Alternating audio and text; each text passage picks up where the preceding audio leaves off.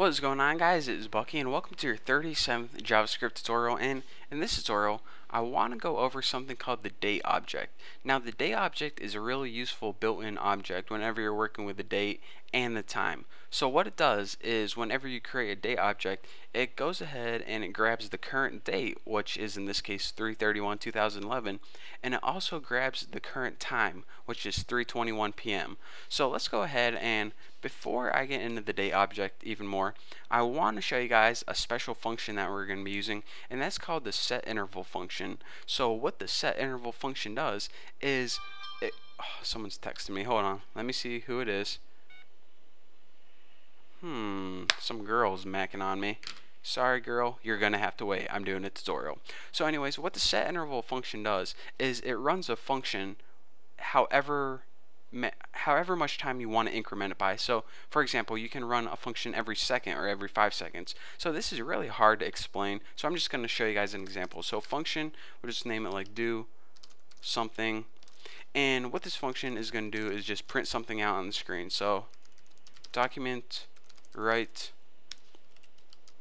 and just go ahead and write like tuna on the screen or something, tune key, who the heck cares. So set interval takes two parameters. The first parameter it takes is what function do you want to run. Well, I'm just going to run that do something and make sure, there we go, it's the right one, make sure I didn't have any typos. And the second parameter is the increment you want to run it in, and this is in milliseconds. So if you write 1000 milliseconds, that means 1 second. So now what's going to happen is this: you're going to have your function called do something, and all this does is print something out on the screen, and you're going to say run this function every 1 second. So now if you go ahead and launch this in Chrome, it's going to say tuna, tuna, tuna, tuna, tuna every single second. So that's a pretty cool function. Again, that's called the set interval function, and the reason I want to explain it to you guys is because we're going to be using it in the program we're going to be building right now. So anyways, the program I'm going to be making is this. I'm going to be making a basic clock, and what this clock is going to do is each second it's going to give you what time it is. So it's going to say 3:23, 3:23 1 second, 3:23 2 seconds, 3:23 3 seconds. So it's not going to be formatted nicely, and it's not going to be real pretty because I only have like 7 more minutes to make it. But I'm just going to try to explain to you guys what the date object is and how the date object is useful whenever you create things like clocks. So the first thing that we're going to be needing is a function that we're going to be calling every second. So go ahead and make a function, and I'm going to name mine print time, because all this is going to do is print the timeout on your computer. Oh, got a hairball. Print the timeout on your computer screen. So go ahead and make a variable called now, and in order to make a new date object, go ahead and press new date with empty parentheses, and what this does is it's gonna go ahead and grab the current time of day and also the date and store it in a variable called now. So now that variable called now holds the current date and the current time. So it holds a lot of information, but we want to access certain pieces of information such as the hours, the minutes, and the current seconds. And what we're going to be doing with this information is just printing it out. So let's go ahead and make a couple variables. Variables hours is going to be equal to now, which is the date object, and the method to get the hours in that date object is get hours. So for example, right now, like I said, it's 3:24 p.m.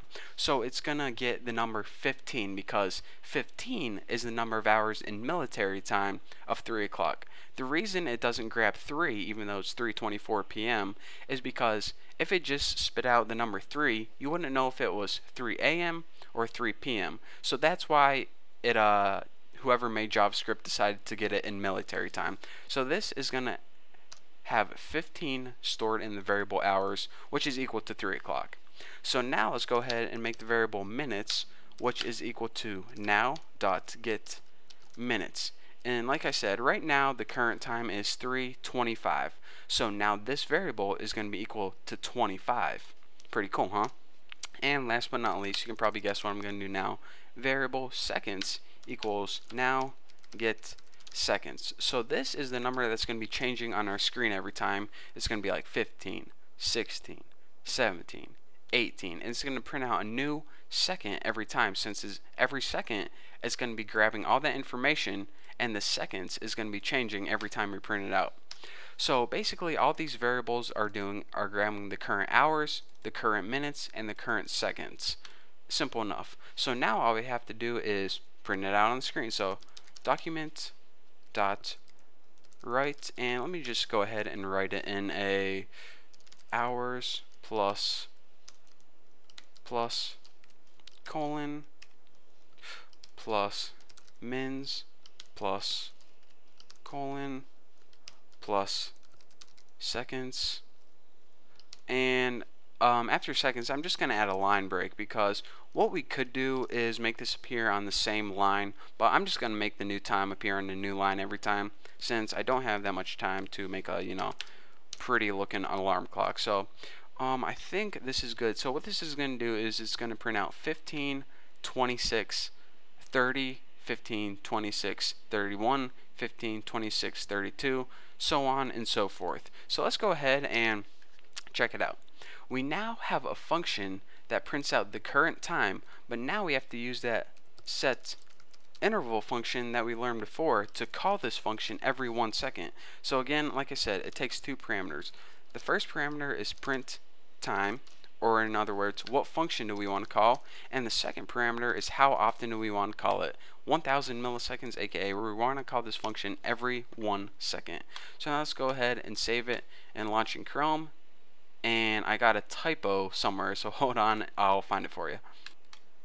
Alright guys, I found my error. I accidentally typed get menus instead of get minutes. So now that I threw the T in there, it actually should work now. So let's go ahead and launch in Chrome.